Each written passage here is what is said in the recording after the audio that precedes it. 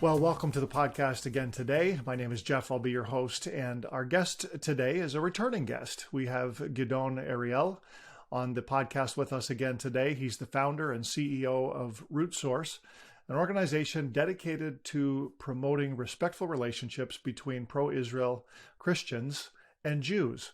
Gidon, welcome back to the podcast today. Thank you. It's a pleasure to be here. Well, it's great to have you back. And we wanted to talk a little bit today. I was doing a podcast the other day, and it kind of struck me as we were chatting together with our guests that most people don't know that Jesus' favorite book is probably not the one that they think it is. That when the book of 2 Timothy, Paul talks about the fact that all scripture is given by the inspiration of God, 2 Timothy 3:16 and 17 in the New Testament, Paul is actually referring to the same scriptures that Jesus read, of course, and that would be prior to the compilation of what Christians call the New Testament. And, so it's kind of a little bit ironic. A lot of people probably think, well, Jesus' favorite book was the New Testament, but we know that when Jesus said it is written, and he said that quite a bit, that that really wasn't what he was referring to. And so, want to just talk a little bit. You know a lot as an Orthodox Jew. You know very much about the Torah and about the Tanakh.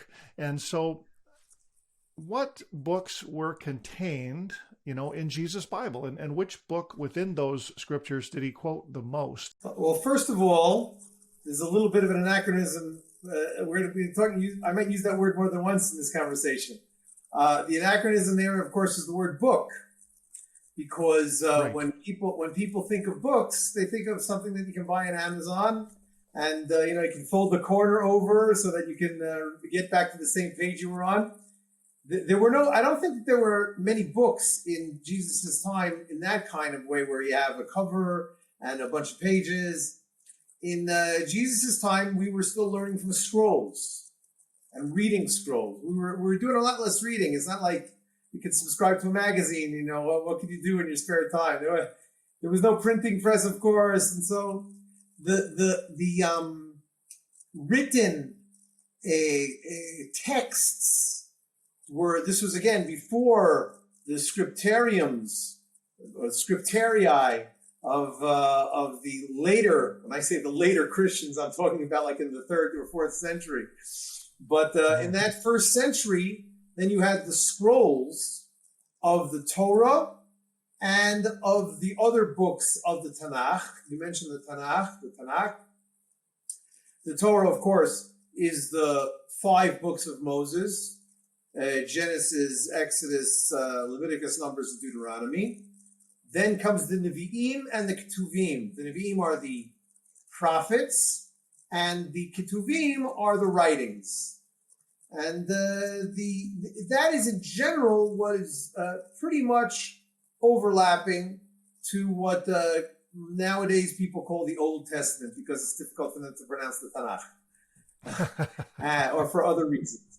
The order of the books within those. I'm not a big expert on the order of the books in the Old Testament. I'm not even such an expert on the order of the books in the Tanakh itself, because you've got, besides those 5 books that are easy to remember, you've got, I would say, about 15. Yeah, you probably have about 15 or maybe even 20 books. Here's the deal. In the end of the prophets, you have what are known as the minor prophets. And they of course are not minor. They're very major. Otherwise they wouldn't have made it into the Bible. But they are relatively short books compared to what are maybe called the major prophets of Isaiah, Ezekiel, and Jeremiah. And we're talking about Jonah, Nahum, Habakkuk, Zechariah. There are 12 of them. In Jewish tradition, they are called Trei Asar, which is Aramaic for 12. So you have those 12, and you have the prophetic prophets, I guess you could call them, who I just mentioned before. I might have left out one, but so sue me. But the earlier books of what we call the prophets are what you might call the historical books. They start off with, I'm doing this all off the top of my head. I don't have a doctorate in the Bible, so I might miss one or two again and maybe get them in the wrong order. But there you have Joshua. Following Joshua, you have Judges. And following Judges, you have Kings. No, I'm sorry, you have Samuel before Kings. And that is the story of Samuel is mostly the story of David and Solomon. And the books of Kings are the dozen, 2 dozen, 3 dozen or so kings who lasted from the end of Solomon's reign until the end of everybody's reign, and the people of Israel and even the people of Judah were exiled. Mm-hmm. The people of Israel were the northern kingdom were exiled about 100 years before the southern kingdom, but ultimately they were all exiled. And then 70 years later they came back, and that is the book of Ezra and Nehemiah, which are, even though they are historical, they are canonized in that last part, which is the writings, called the Ketuvim. Katav is right, so Ketuvim. And those books start out with the 3, I believe they are often called the books of wisdom. I would actually call them the books of truth, because their acronym is Aleph Mem Tav, Emet, which the word that Emet means truth, and they stand for Eov, or in English Job. M is Mem, stands for Mishlei, Proverbs, and the last of those 3 books is Tehillim, Psalms. Actually, they are in the opposite order in the canonization of the Bible. Then they, I think, are followed by the 5 Megillot, the scrolls, the most famous for us of which is the scroll of Esther, which we read that story on the holiday of Purim, which is a very joyous holiday. And there are another 4. I won't take up too much more time. And then, towards the end, as I mentioned, you have Ezra and Nehemiah and the Chronicles 1 and 2, which are very much parallel to the book of Kings and maybe even Samuel also. So I think I just went through the entire Tanakh all by heart. How did I do? Well, I also am not an expert on the Tanakh, so I think you did pretty well. It sounded very convincing to me, and certainly I recognized every one of the books that you talked about. So that's a start, right? That's good. Yeah. Listen, when Jesus is a boy, so first century, Jewish boy, how accessible are these writings to him? Does he have a copy at home? How does that all work? That is a fascinating question that I've thought of, but now you're helping me to focus on it. It's hard to tell. It's hard for me to tell, because I think, just one second, I think that that Jesus, who on the one hand seems to have been not from Sajic stock. His father was a carpenter, right? And so he was a carpenter's son, and he probably worked in the carpentry, the whatever you call that in English. But on the other hand, if I remember correctly, and again, I'm not a doctorate in the Old Testament, and certainly not in the New Testament. But I think it's written over there that already when he was very young, he was impressive with his abilities. Yeah. In other words, he probably hung out at the local Beit Midrash, the local hall of study. And so it's possible that there he would access the scrolls, which were probably quite expensive. I know that they're pretty expensive today.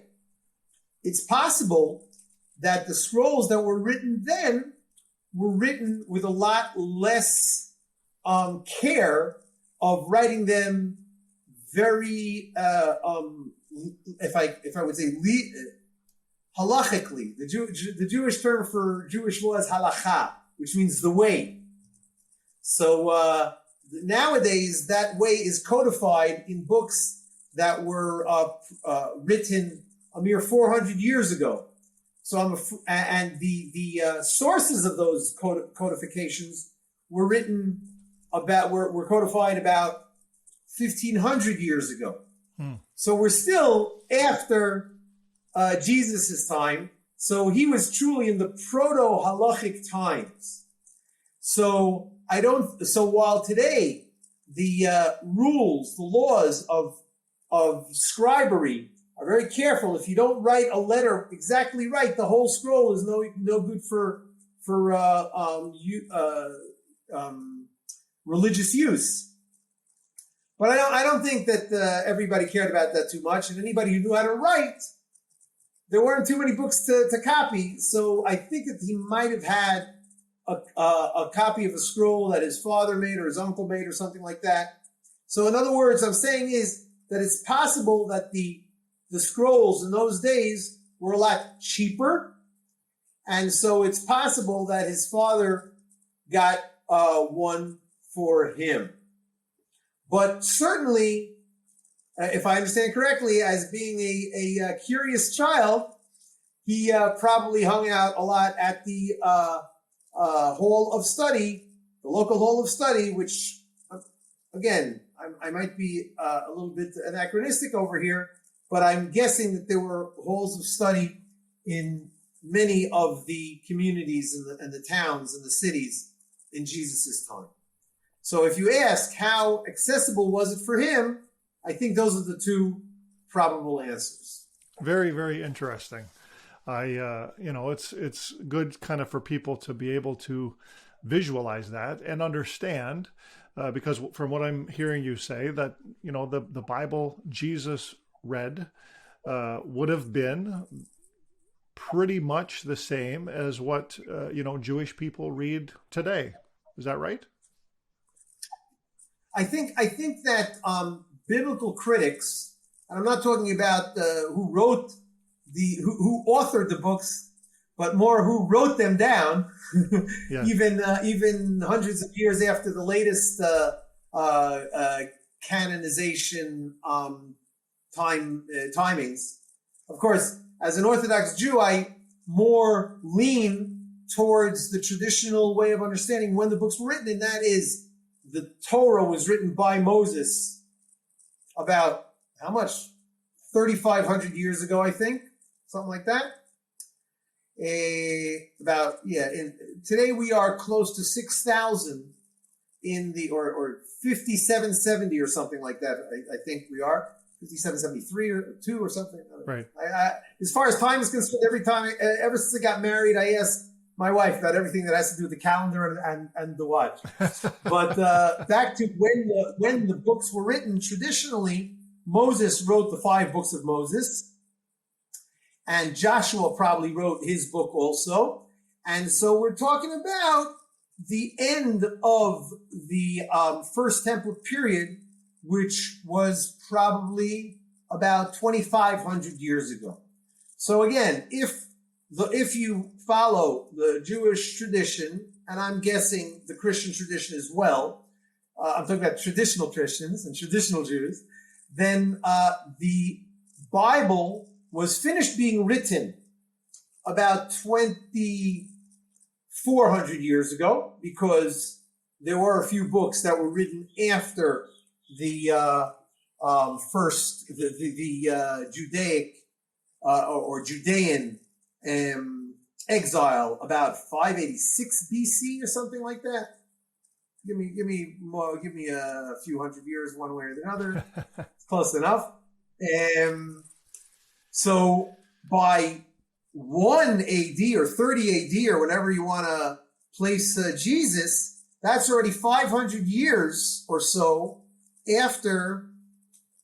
I'm hesitant to say the word canonization, I'll Sure. say the de facto canonization, de facto canonization of the Bible that we have today. In other words, the Bible, according to Jewish tradition, was canonized hundreds of years after Jesus' time.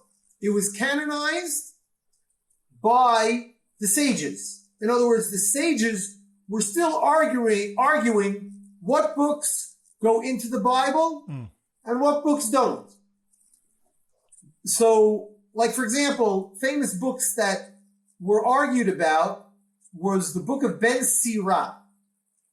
Now, that might be called Ben Sirach or something like that in English, but it's mentioned in the Talmud. Again, I'm talking about the Talmudic times, which were hundreds of years, no more than 400 or 500 years, but probably closer. It was the Talmud, just like the Bible describes a period from the beginning of time, but mostly from Moses' time until Nebuchadnezzar's time or something like that. Again, we're talking about, I think, 1,500 years. So the Talmud started a few hundred years before Jesus and ended a few hundred years after. So it's about 500 years. Mm-hmm. So, and each generation is quoted in the Talmud.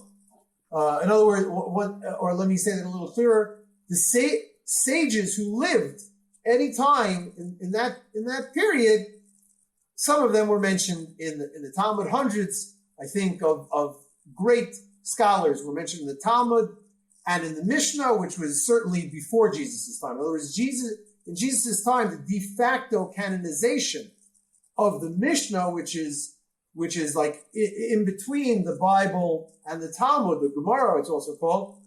So it wasn't yet written down. But we're talking about what's called the oral Torah, the oral law, perhaps, the oral tradition. In Hebrew, it's a lot easier. We don't have to worry about it's called the Torah She'Ba'al Peh, the memorized or the oral. Ba'al Peh means oral Torah. We, again, believe that the written Torah had an oral Torah given with it. When God gave the 10 Commandments to Moses, then the Bible says that Moses was up on Mount Sinai for 40 days and 40 nights. Mm-hmm.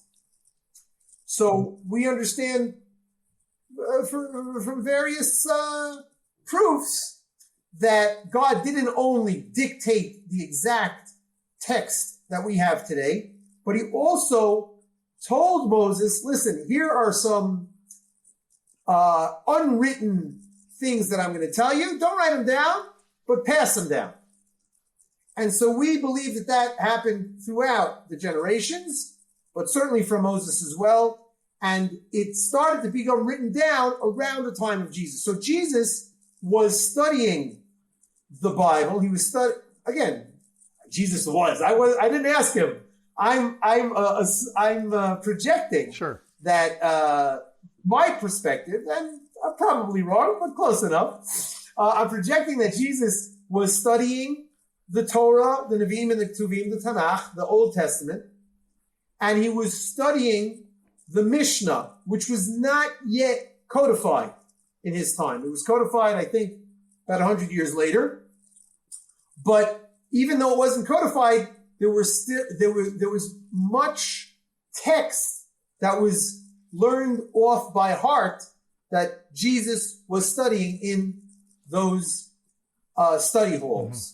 And I don't have 3 or 4 or 5 examples to just run off of my tongue. One day maybe I will, but I'm confident of that because there are so many parallels between, and not only parallels, but actual almost verbatim quotes. That's right.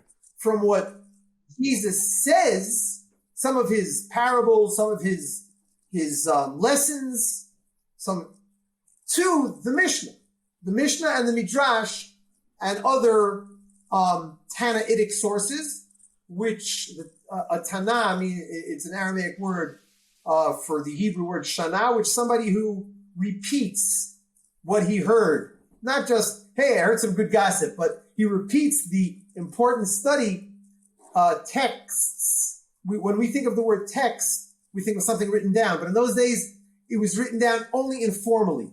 And it was mostly passed over orally from teacher to student to generation. So I think that the only book that Moses was, no, he wasn't even really learning from a book.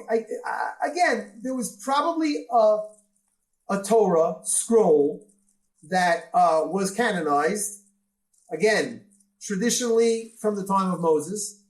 Everything else, they were scrolls that weren't yet necessarily strongly defined as the Bible.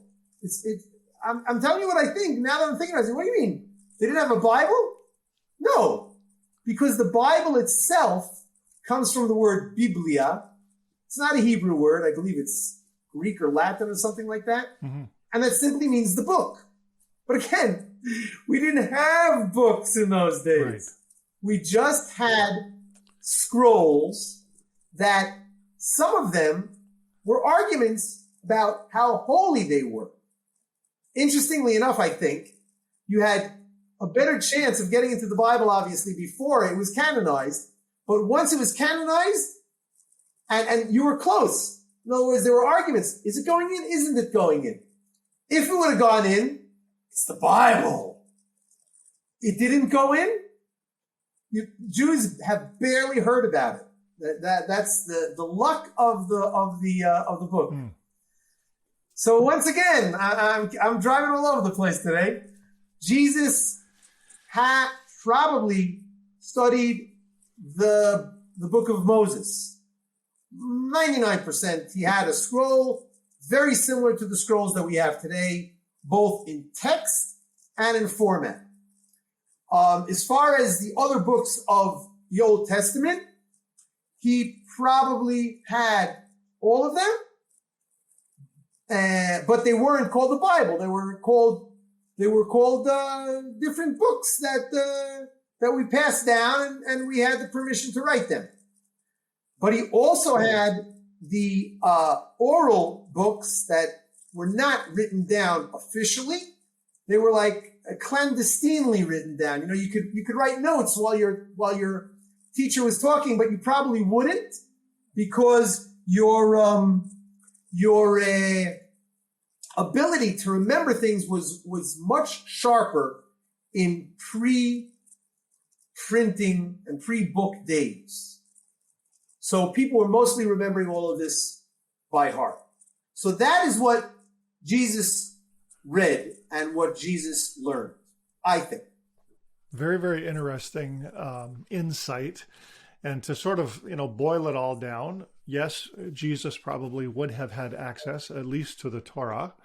And there were other sort of an unofficial collection of writings at that time that he also would have seen. I mean, as a Jewish boy, he would have studied in, the equivalent of school, which, would have been one of these study halls that you're talking about.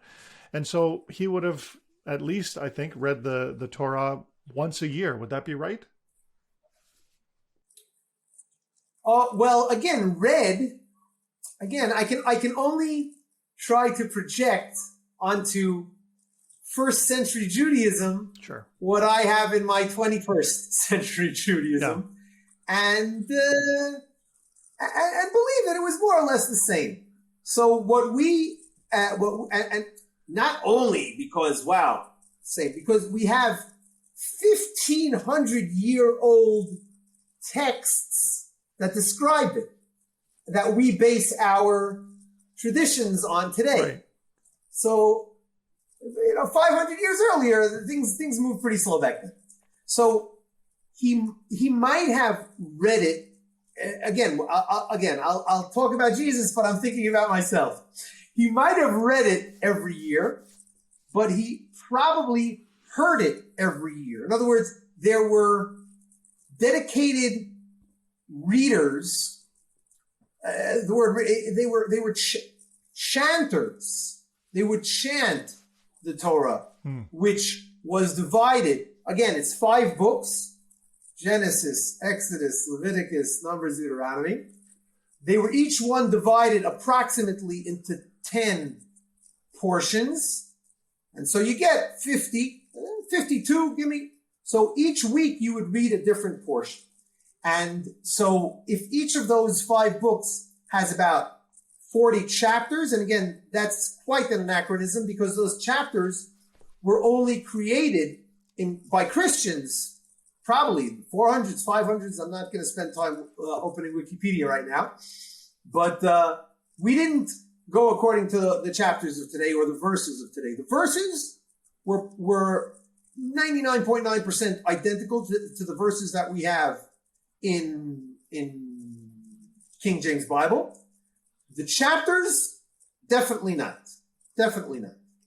So we didn't think so much about the 40 chapters. We thought about the 10 portions of the week or so. Mm-hmm. And so he would listen every Sabbath morning to the reader read the Bible read that those portions every week. That's what he would read. And the rest of the Bible, some of it was lucky enough to be liturgized. What I just described was part of the liturgy. You would listen to the Torah reading, and we still do today, as part of the Sabbath services. The Sabbath service is about 2 hours long. It's about an hour of prayer, then about a half an hour of listening to the Torah, and then another half an hour of finishing off the prayer. And in that liturgy, you also had a reading from the prophets that is somehow connected to the reading of the Torah.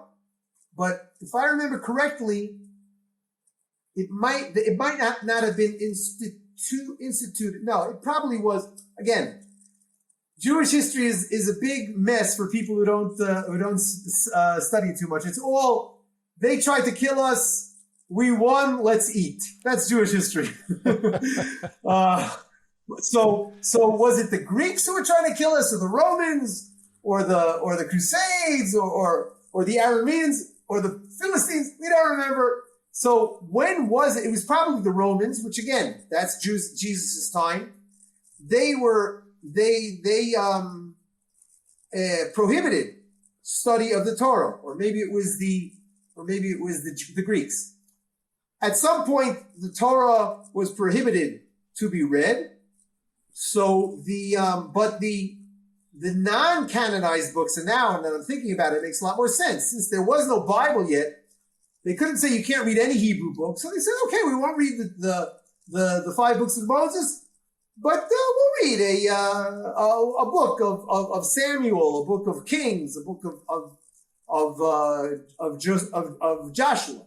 So that's what they did. And so unless I'm being too micro anachronistic, I think that Jesus also heard one chapter from Isaiah or Joshua or Kings or Samuel, something like that. You can look it up in Wikipedia. What is the Haftorah, it is called. Haftarah means an addition. So those were the additional readings. So again, not Jesus qua Jesus, but most Jews in those days, again, I'm retrojecting. They did what we do today. That's we listened to the Torah, and then we listened to the prophets, which were instituted when the Romans, whoever was in charge, who didn't want you to read the Torah, they said, okay, you can't read that. So you would maybe have, at some point, you didn't read, some decades or I don't know what, you didn't read the Torah because it was punishable by death. But you did read a little portion that reminded you of the days when you could read the Torah. I think at some point they started clandestinely reading the Torah also, but they put a guard, a scout, who if they would see the Roman police coming, they would say, quickly, put away the Torah and take out the book of Joshua. So I think that's what might have happened. And certainly in Jesus' time. Because in Jesus' time, the Romans were in charge. I don't know. Obviously, the New Testament is more talking about Jesus as a teacher and a spiritual leader.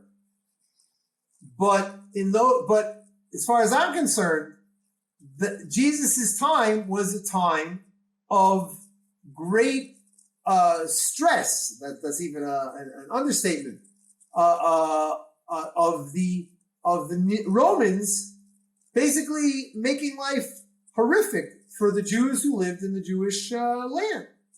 So that was what Jesus was living through, together with the rest of his Jewish brethren. And so some people, me included, think that Jesus was not only a leader, a religious leader, a spiritual leader, a charismatic spiritual leader, but I think that he was also a revolutionary, trying. He was revolting against the Jewish leadership that was bad. That's a main theme in the New Testament, I believe. But he was also leading a revolt against the Romans.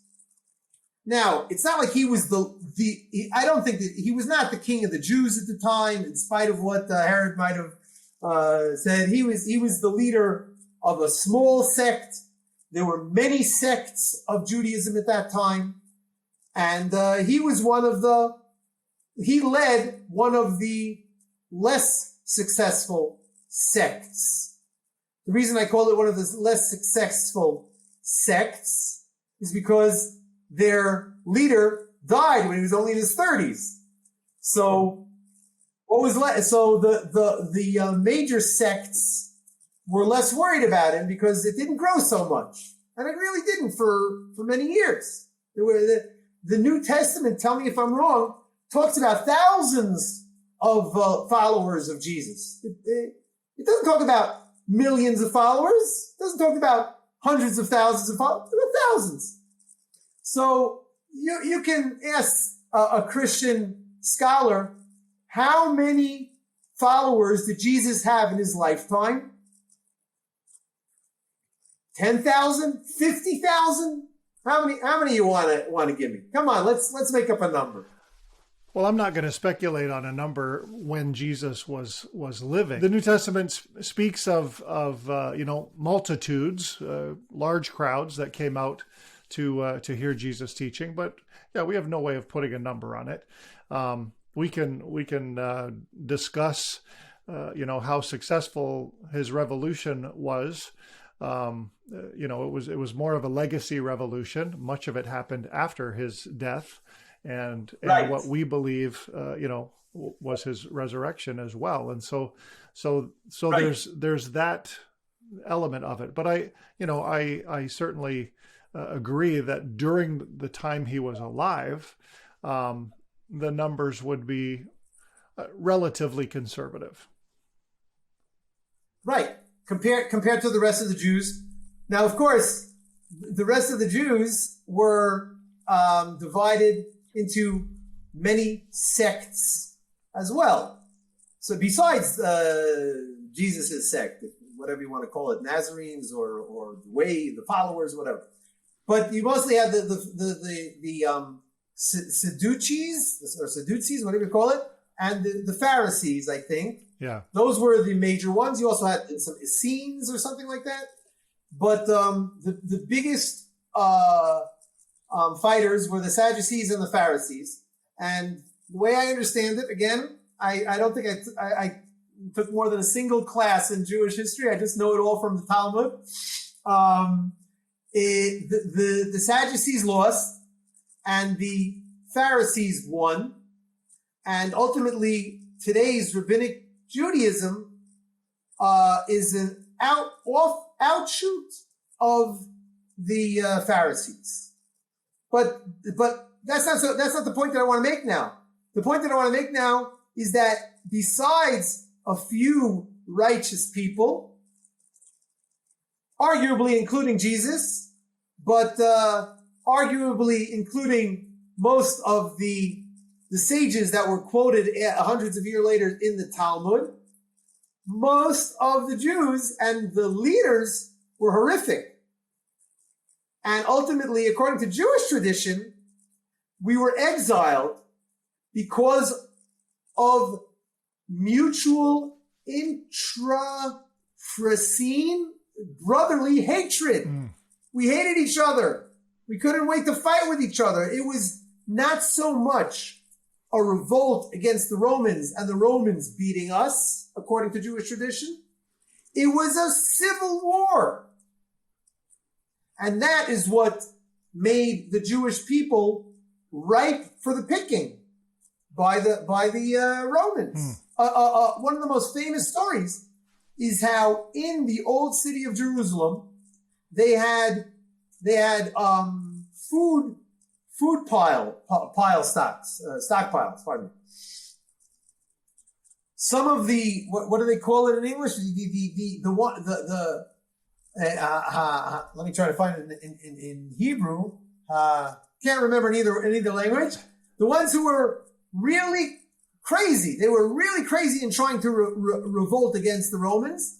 And so they wanted everybody to revolt against the Romans. And they said, as long as we have food piles over here, people are going to not worry about it. And they're going to say, well, pull off the revolution another day.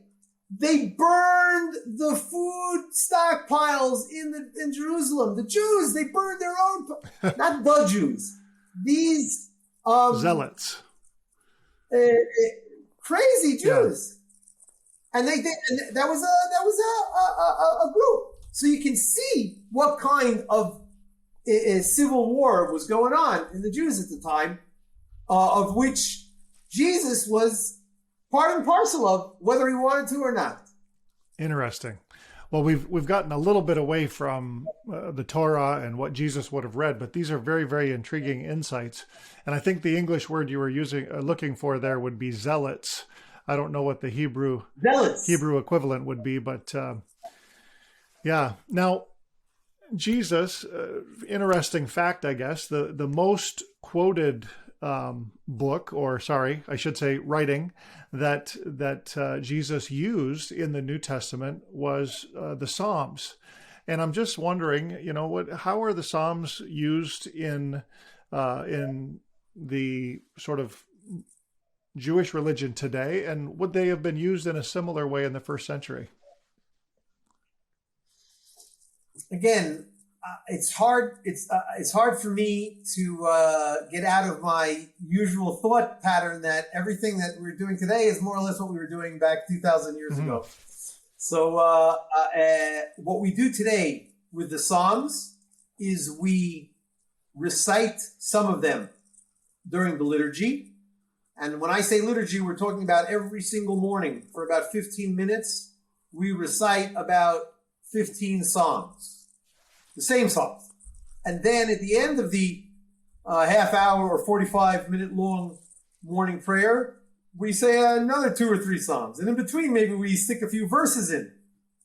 And then on Saturday, instead of 15 minutes in the morning, we have about 25 minutes. We add a bunch more Psalms. So that's part of the liturgy. As far as the chapters of the Psalms themselves, each Psalm is between 2 and 150 or so verses. I would say that average, you have 10, 20 verses a Psalm. So so that's reading an entire Psalm. We also take verses out of the context of their Psalm and stick them wherever we feel like it. No, not wherever we feel like it. Wherever the originators of our liturgy decided in their divine wisdom. Right.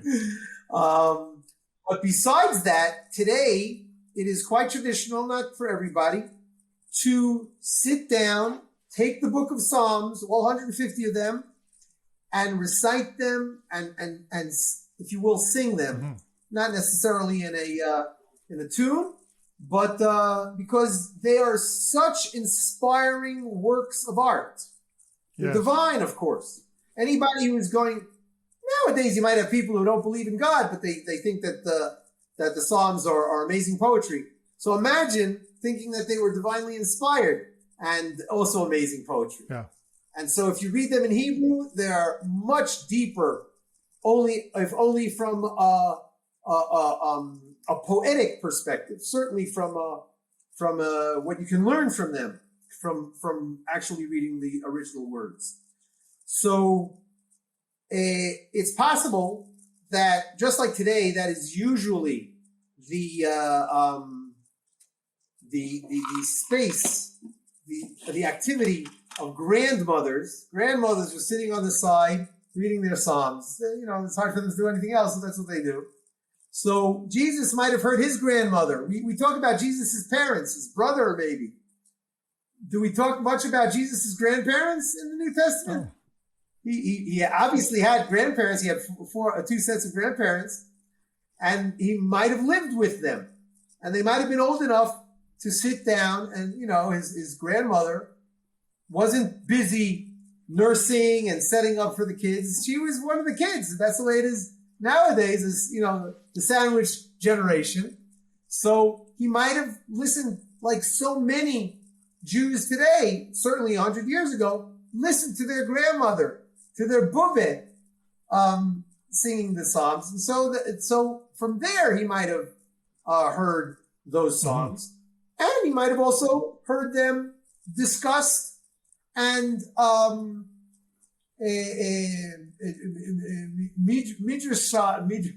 done the midrash upon them, learned and used as a jumping board towards traditional and perhaps at that point not so traditional learning. So yeah, for sure, okay. Jesus was knowledgeable at the book of Psalms, and if it wasn't his favorite book, did he say anywhere, guys, I'm able to judge which is a better book, which is a less important or a less interesting book?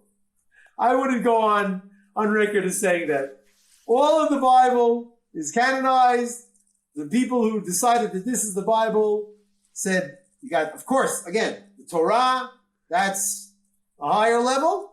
But afterwards, if it made it into the Bible, it's all got equal authority. Well, Gidon, you've given us a lot to think about, and you've covered a lot of information about the Torah, about the daily and the Sabbath readings.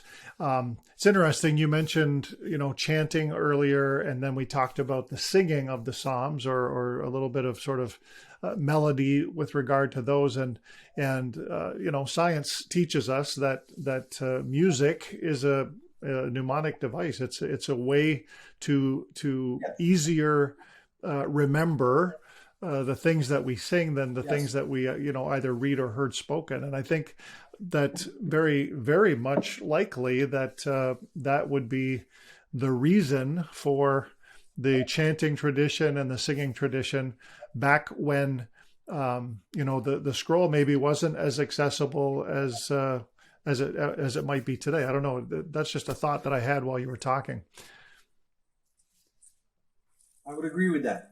I would like to say that, first of all, you are a gracious host, and I'm saying stuff that you might not agree with, and it's possible that I would guess, hopefully probable, that some of your listeners or viewers would like to take issue with what I've said. Now, of course, we come from different traditions, but I'd love to hear what people have to respond to what I've said, and maybe come to some ability to agree to disagree, or maybe even agree. No, that's great. And certainly if we get any specific feedback, we can pass that on to you.